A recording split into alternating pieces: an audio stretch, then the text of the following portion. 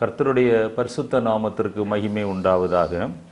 இன்றைக்கும் நம்முடைய தியானத்திற்கு ஆதாரமாக ஏசாயா தீர்க்கதரிசியின் புத்தகம் 43ஆம் அத்தியாயம் 4வது வசனத்திலே, நீ என் பார்வைக்கு அருமையானபடியினால் கனம் பெற்றாய், நானும் உன்னை சிநேகித்தேன், ஆதலால் உனக்கு பதிலாக மனுஷர்களையும் உன் ஜீவனுக்கு ஈடாக ஜனங்களையும் கொடுப்பேன் என்று ஆண்டவர் கூறுகிறார். ஒரு நிமிடம் நம்முடைய கண்களை மூடி ஆண்டவரை நோக்கி பார்ப்போம்.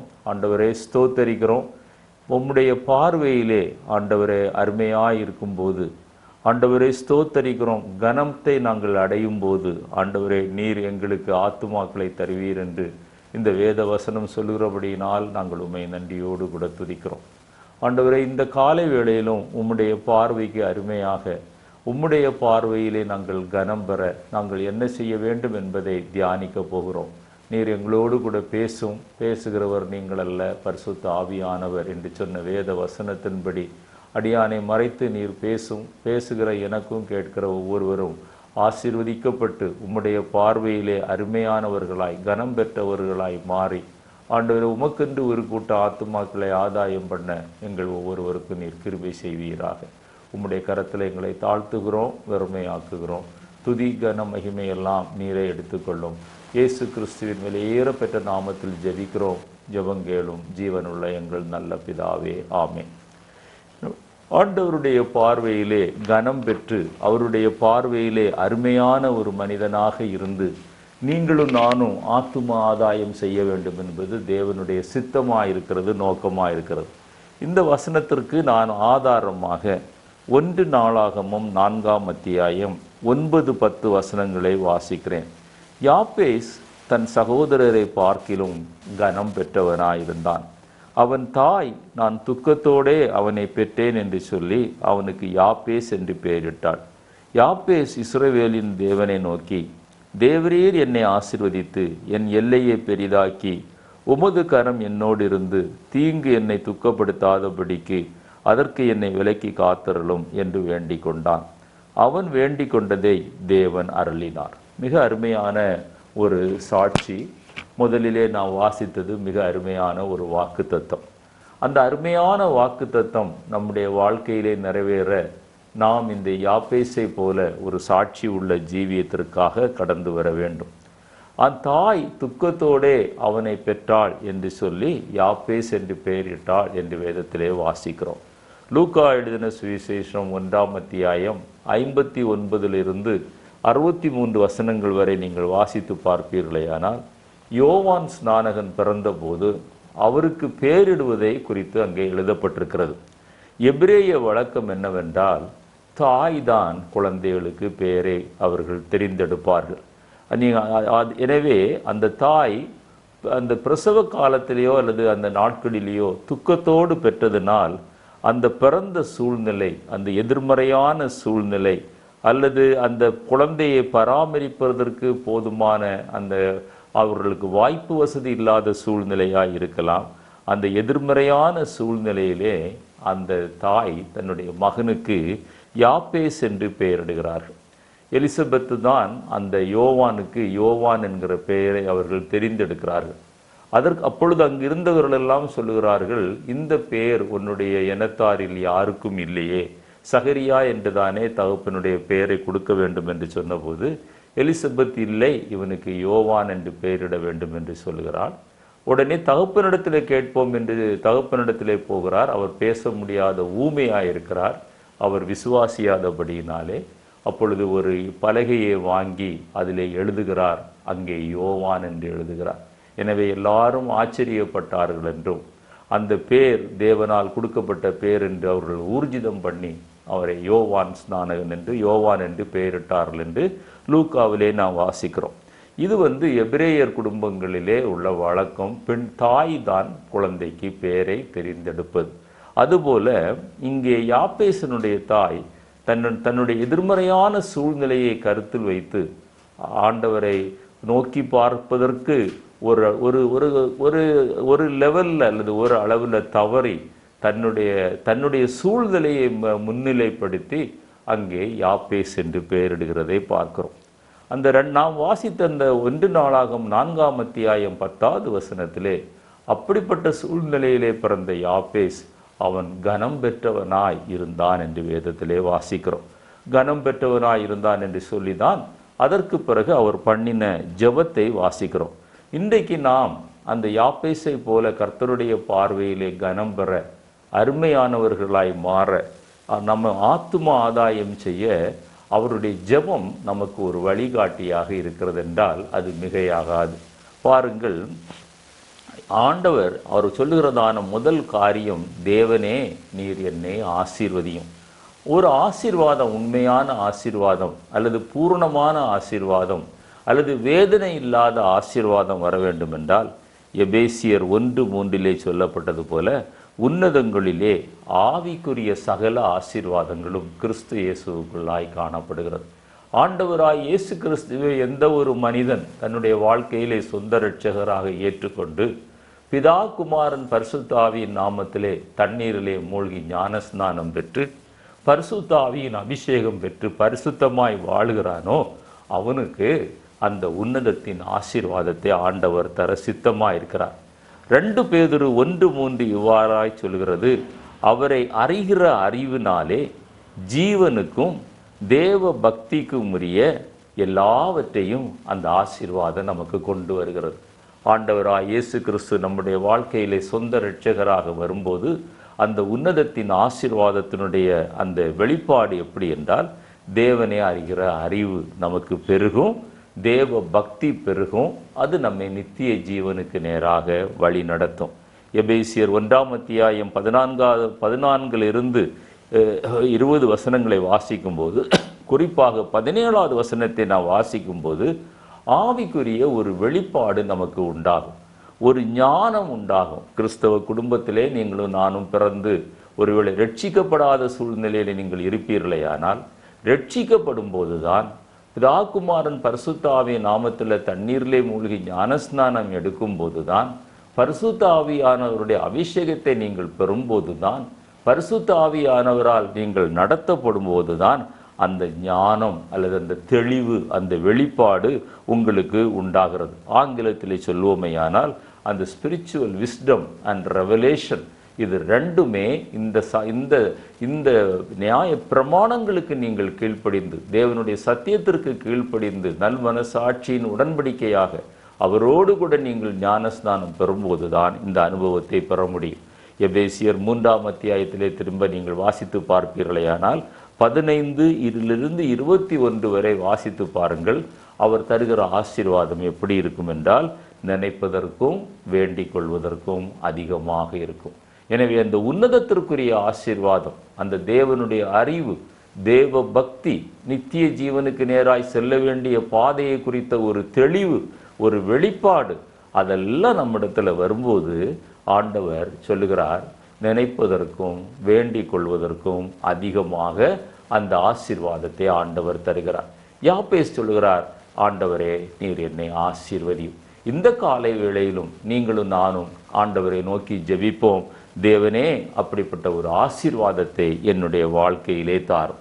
2வதாக அவர் சொல்லுகிறது, தேவரீர் என் ஆசீர்வதித்து என் எல்லையை விரிவாக்கும். ஒரு ஆவிக்குரிய நிலைமையிலே ரட்சிக்கப்படுவது, ஞானஸ்நானம் பெறுவது, பரிசுத்த ஆவியின் அபிஷேகம் பெறுவது, இது ஒரு ஆரம்ப நிலைமை. சிலர் இதைத்தான் முடிவான நிலைமை என்று நினைக்கிறார்கள். அப்படி அல்ல, இது ஒரு எல்கேஜி யூகேஜி பிரைமரி ஸ்கூல் அனுபவம் தான். அதற்கு மேலே நம்முடைய ஆவிக்குரிய தரிசனம் வளர வேண்டும். என் எல்லையை விரிவாக்கும் என்றால் நம்முடைய தரிசனம் விரிவாக்க வேண்டும். அந்த தரிசனம் விரிவாக்குறது எப்படி விரிவாகிறது என்பதை நாம் அறிந்து கொள்ள வேண்டும் என்றால், முதலிலே நாம் ஆசீர்வதிக்கப்படுகிறோம். ஆபிரகாமை பார்த்து ஆண்டவர் சொன்னார், நீ ஆசீர்வதிக்கப்படுவாய். 2வது ஸ்டெப்பு, நீ ஆசீர்வாதமாய் இருப்பாய் என்று சொன்னார்.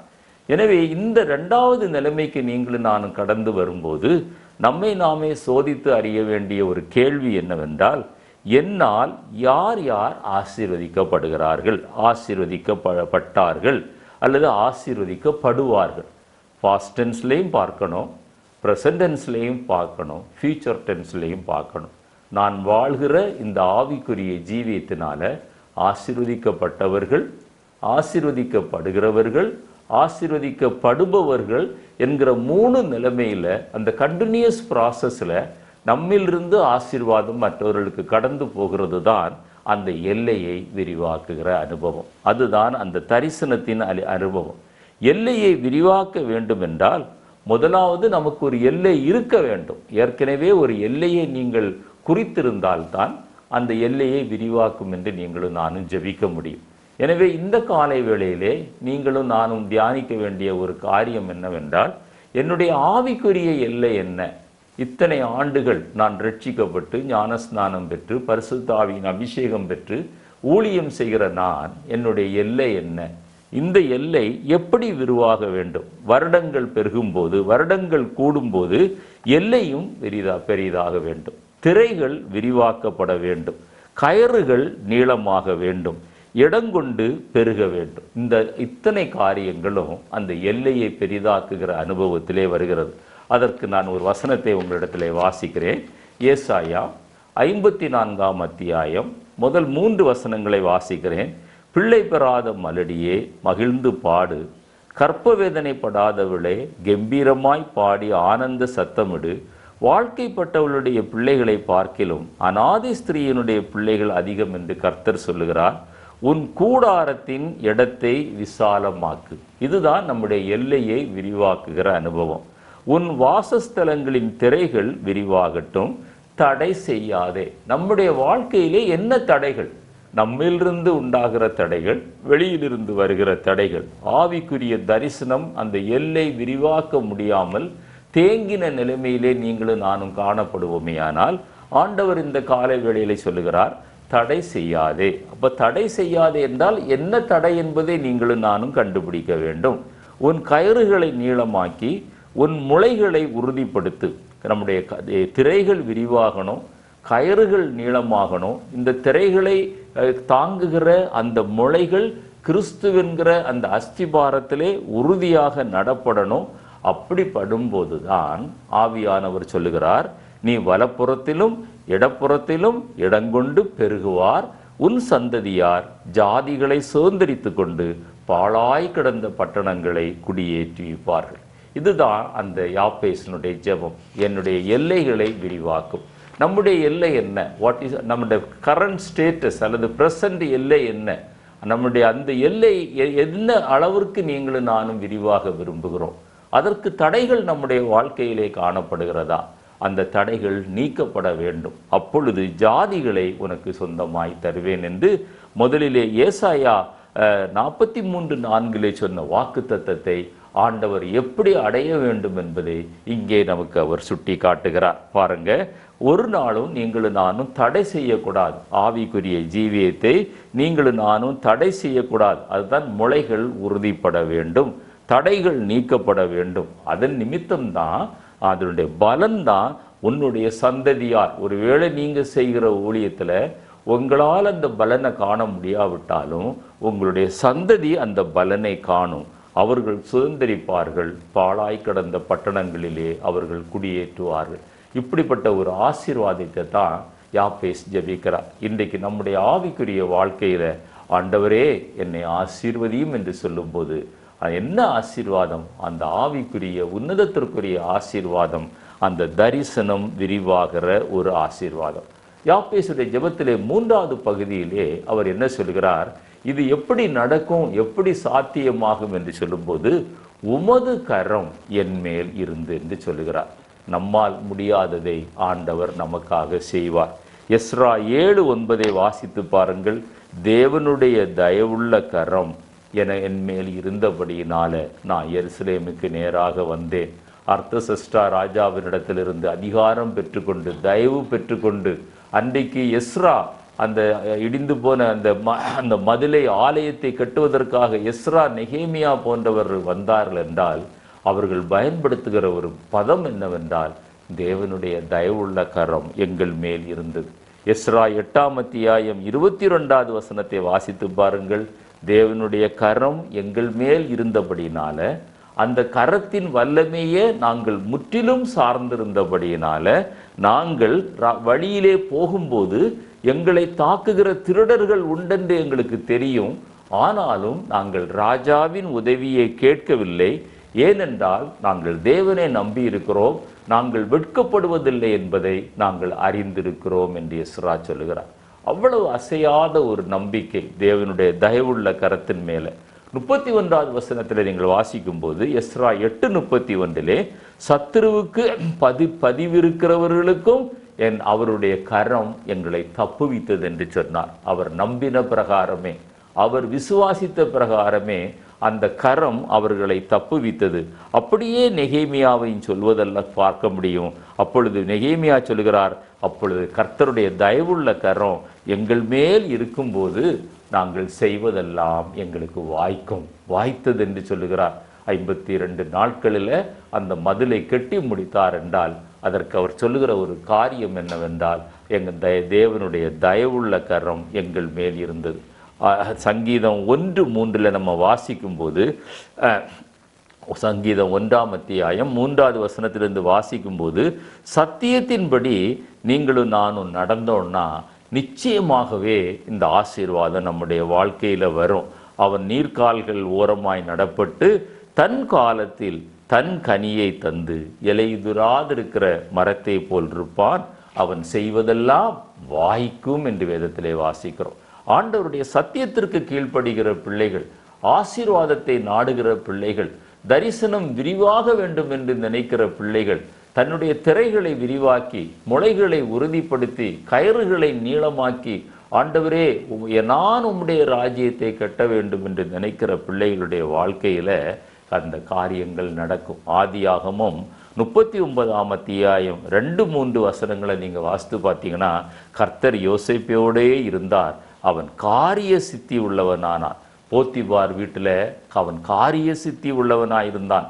சிறைச்சாலையில அதற்கு பிறகு சிறைச்சாலையில போகும்போதும் 23வது வசனம் சொல்லுகிறது, கர்த்தர் அவனோடு இருந்தபடியினால அவன் செய்ததெல்லாம் வாய்த்தது. சிறைச்சாலைக்காரன் சிறைச்சாலையில எல்லாவற்றையும் வாய்க்க பண்ணினார். எனவே நம்முடைய வாழ்க்கையிலும் ஆண்டவரே என்னை ஆசீர்வதித்தார், ஆசீர்வதியும் என்று ஜெபிப்பதில் தவறில்லை. ஆனால் அந்த ஆசீர்வாதத்தை நாடுகிற நாம் நம்முடைய தரிசனம் எப்படிப்பட்டது என்று நினைத்து பார்க்க வேண்டும். அந்த தரிசனத்தின் எல்லைகள் விரிவாக வேண்டும் என்று வாஞ்சிக்க வேண்டும். அதற்கு தேவனை சார்ந்து ஜீவிக்கிற ஒரு அனுபவம். 3வது காரியம் அதுதான், அவருடைய தயவுள்ள கரம் என் மேல் இருந்தது. 4வதாக இந்த ஜெபத்தின் 4வது பகுதியில் அவர் சொல்லுகிற ஒரு காரியம் என்னவென்றால், தீங்கு என்னை துக்கப்படுத்தாதபடி. பாருங்க, தேவனே என்னை ஆசீர்வதியும், என் எல்லையை விரிவாக்கும், உம்முடைய கரம் என் மேல் இருக்கட்டும். 4வது சொல்கிறார், தீங்கு என்னை துக்கப்படுத்தாதபடி. அதனால தான் யாப்பேசு துக்கத்தோடு பெற்றேன் என்று தாய் சொன்னாலும் வேதம் சொல்கிறது, அவன் சகோதரர்களுக்குள்ளே அவன் கனம் பெற்றான். கர்த்தருடைய பார்வையிலே அவன் கனம் பெற்றவனாய், அவன் அருமையானவனாய் காணப்படுகிற காரியம் என்னவென்றால், அவனுடைய இருதயத்தின் வாஞ்சை, இருதயத்தின் நோக்கம், இருதயத்தின் சிந்தை, அந்த தாகமெல்லாம் பரிசுத்தமாய் ஜீவிக்க வேண்டும். தீங்கு என்னை துக்கப்படுத்தாதபடி. ஒருவேளை தீங்கு என்று நீங்கள் நினைக்கும் போது உலக பிரகாரமாய் வரக்கூடிய ஆபத்துக்கள் அல்லது விபத்துக்கள், நாசங்கள், மோசங்கள், அழிவுகள், வியாதிகள் என்று நினைக்கலாம். அதைவிட மேலான தீங்கு நம்முடைய ஆத்துமாவில் ஏற்படக்கூடிய தீங்கு தான். அந்த தீங்கு வராதபடி நீங்களும் நானும் பாதுகாக்க வேண்டும். ஏசாயா 14ஆம் அத்தியாயத்தை வாசித்து பாருங்க. 12-14 வசனங்களை வாசித்து பாருங்க. விழுந்து போன தூதர்கள் தான் இன்றைக்கு பிசாசுகளாக, சாத்தான்களாக, 33 கோடி தேவர்கள் என்று சொல்லுகிறார்களே, அப்படியா இன்றைக்கு உலகத்தில் அவர்கள் தீங்கை கொண்டு வருகிற அவர்கள் ஆவிகளாக காணப்படுகிறார்கள். நன்றாக விளங்கி கொள்ளுங்கள்.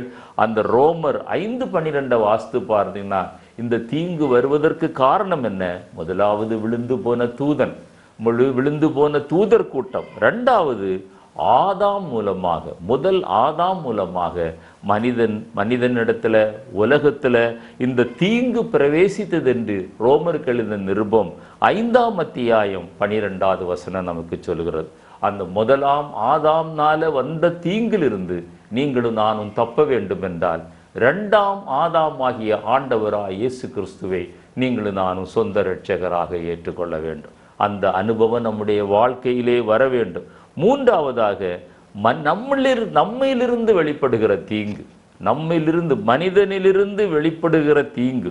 மத்தேயு சுவிசேஷம் 15ஆம் அத்தியாயம் 18, 19 வாசித்து பாருங்கள். பொல்லாத சிந்தனைகள், கொலை பாதகங்கள், விபச்சாரங்கள், வேசித்தனங்கள், களவுகள், பொய் சாட்சிகள், தூஷணங்கள், இதெல்லாம் நம்முடைய இருதயத்திலிருந்து புறப்பட்டு வருகிறது. வெளியிலிருந்து வருகிறதல்ல, நம்முடைய சொந்த இருதயத்திலிருந்தே புறப்பட்டு வந்து நம்மை தீட்டுப்படுத்துகிற தீங்காய் காணப்படுகிறது. பிசாசு கொண்டு வருகிற தீங்கு, மனிதனால் உலகத்திலிருந்து கொண்டு வரப்படக்கூடிய தீங்கு, நம்மிலிருந்து புறப்படக்கூடிய தீங்கு. இந்த தீங்குக்குடைய மூல காரணம் என்னவென்று பார்ப்பீர்களேயானால், இந்த எந்த தீங்கா இருந்தாலும், அது சாத்தானாலோ உலகத்தாலோ அல்லது நம்மிலிருந்து வருகிறதா இருந்தாலும், அதற்கு காரணம் யாக்கோபு 1:14 நீங்கள் வாசித்து பார்ப்பீர்களேயானால் விளங்கி கொள்ள முடியும். அது நம்மிலிருந்து உண்டாகிற இச்சை. அது கண்கள், பொதுவாக குறிப்பாக கண்கள் மூலமாக அந்த சுய இச்சை சோதனையாக மாறுகிறது. அந்த சோதனையில விழுந்து போகும்போது பாவம் செய்கிறோம். பாவம் பூரணம் அடையும் போது ஆத்மா மரணம் அடைகிறது. அந்த தீங்கிலிருந்து என்னை விலக்கி காத்தருளும் என்றுதான் யாப்பேஸ் ஜெபம் பண்ணுகிறார். யாப்பேஸ் அவர் கர்த்தருடைய பார்வையில அருமையானவனாய் கனம் பெற்றவனாய் காணப்படுவதற்கு முக்கியமான காரணம் இதுதான். அவர் அந்த பிசாசிலிருந்து, உலகத்திலிருந்து, எண்ணிலிருந்து வரக்கூடிய தீங்கு, அதற்கு காரணமான இச்சை, இவைகளிலிருந்து என்னை விலக்கி காத்தருளும். 1 யோவான் 2:16 அந்த இச்சையை குறித்து வாசிக்கிறோம். கண்களின் இச்சை, மாம்சத்தின் இச்சை, ஜீவனத்தின் பெருமை, இவையெல்லாம் உலகத்திலிருந்து வரக்கூடிய காரியங்கள். இது ஏதேன் தோட்டத்தில் ஆரம்பித்தது. அந்த முக்கூறு ஆயுதத்தை தான் சாத்தான் இன்றைக்கும் பயன்படுத்தி கொண்டு அநேக விசுவாசிகளை அவன் பின்னாலே போக செய்வதற்கு அவன் ஆயத்தமாயிருக்கிறான். அவன் முயற்சி பண்ணுகிறான். எனவே யாப்பேஸ் ஜெபிக்கிறார், உம்முடைய கரம் என் மேல் இருந்து தீங்கு என்னை துக்கப்படுத்தாதபடி என்னை காத்தருளும். இந்த தவிர்க்க வேண்டிய சில தீங்குகளை சொல்லி நான் இந்த செய்தியை முடிக்க விரும்புகிறேன். முதலாவது தீங்கு வேதம் சொல்கிறது அவிசுவாசம். தேவனை நம்ப முடியாத ஒரு அவிசுவாசத்தை சத்துரு நம்முடைய இருதயத்திலே விதைப்பான். உலகம் நம்முடைய இருதயத்திலே விதைக்கும். நம்முடைய இருதயமே அதை உறுதிப்படுத்தும். ஏனென்றால் அந்த உலகத்தின் காரியங்கள் அதற்கு சாதகமாய் இருக்கும். எபிரேயர் 3:12 சொல்லுகிறது, ஜீவனுள்ள தேவனை விட்டு விலகுவதற்கான அவிசுவாசமுள்ள பொல்லாத இருதயம் இராதபடி எச்சரிக்கையாயிருங்கள். இது முதல். இந்த தீங்கை நம்முடைய வாழ்க்கையில் இருந்து முற்றிலும் அகற்ற வேண்டும். தேவன் மேல ஒரு 100% விசுவாசம் நமக்கு வேண்டும்.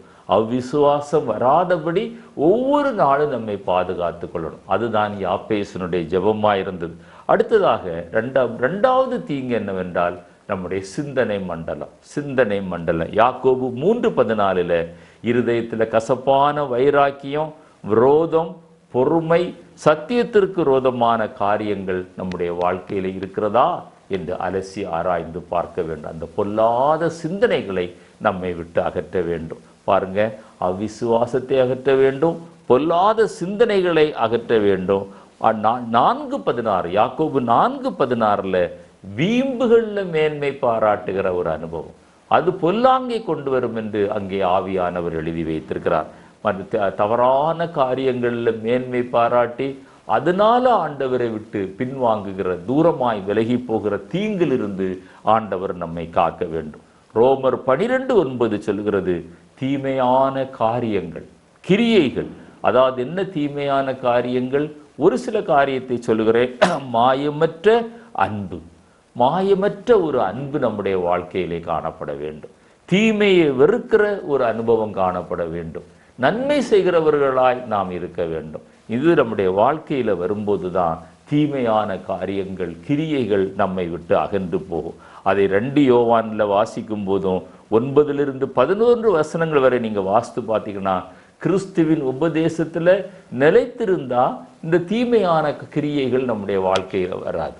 கிறிஸ்துவினுடைய உபதேசத்துல நீங்களும் நானும் நிலைத்திராவிட்டால் நன்மையான காரியங்களை செய்வதற்கு பதிலாக நீங்களும் நானும் தீமையான காரியங்களை துணிகரமாய் செய்யவாய். எனவே அந்த தீங்கை நம்மை விட்டு அகற்ற ஆண்டவர் இந்த நாளிலே உதவி செல்வாராக. அடுத்ததாக பொல்லாத காரியங்கள் என்று 1 தெசலோனிக்கர் 5ஆம் அத்தியாயம் 22வது வசனத்தில் மிக அருமையான ஒரு வசனம்.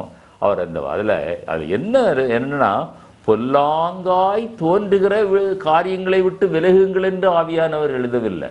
பொல்லாங்காய் தோன்றுகிற எல்லாவற்றையும், அந்த எல்லாவற்றையும் நம்ம டபுள் அண்டர்லைன் பண்ணுறோம். அந்த எல்லாவற்றையும் விட்டு விலகுறதான் யாப்பேசனுடைய ஜெபம். தீங்கு என்னை துக்கப்படுத்தாதபடி, தீங்கு என்னை துக்கப்படுத்தாதபடி. எனவே ஆண்டவர் நம்மை ஆசீர்வதிக்கணும், நம்முடைய எல்லையை பெரிதாக்கணும், அவருடைய தயவுள்ள கரம் நம்மேல இருக்கணும். அவர் தீங்கு நம்மை துக்கப்படுத்தாதபடி வேலியடைத்து பாதுகாக்கணும். யோபுவையும் அவனுக்கு உண்டானவற்றையும் சுற்றி ஆண்டவர் வேலியடைத்தார் என்று பார்க்கிறோம்.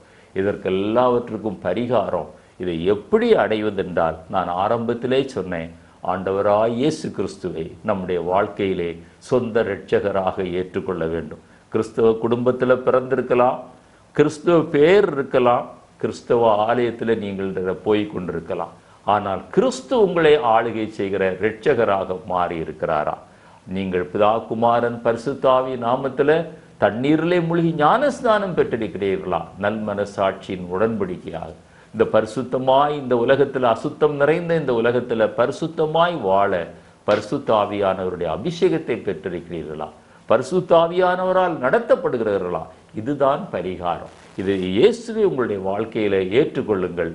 யோவான் 17ஆம் அத்தியாயம் 15வது வசனத்தை நான் வாசித்து முடிக்க விரும்புகிறேன். அப்படிப்பட்ட அனுபவம் நம்முடைய வாழ்க்கையிலே இருக்குமேயானால், வேதம் சொல்கிறது, இயேசு சொல்கிறார், நீர் அவர்களை உலகத்திலிருந்து எடுத்து கொள்ளும்படி நான் வேண்டிக் கொள்ளாமல். இந்த உலகம் பொல்லாங்கானது தான், இந்த உலகம் அசுத்தம் நிறைந்தது தான், இந்த உலகம் பாவம் நிறைந்தது தான்.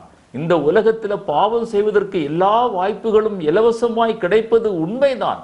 தவறி போவதற்கு சாத்தானும் மனிதர்களும் உலகமும் நம்முடைய இருதயமும் நம்மை தூண்டுகிறது உண்மைதான்.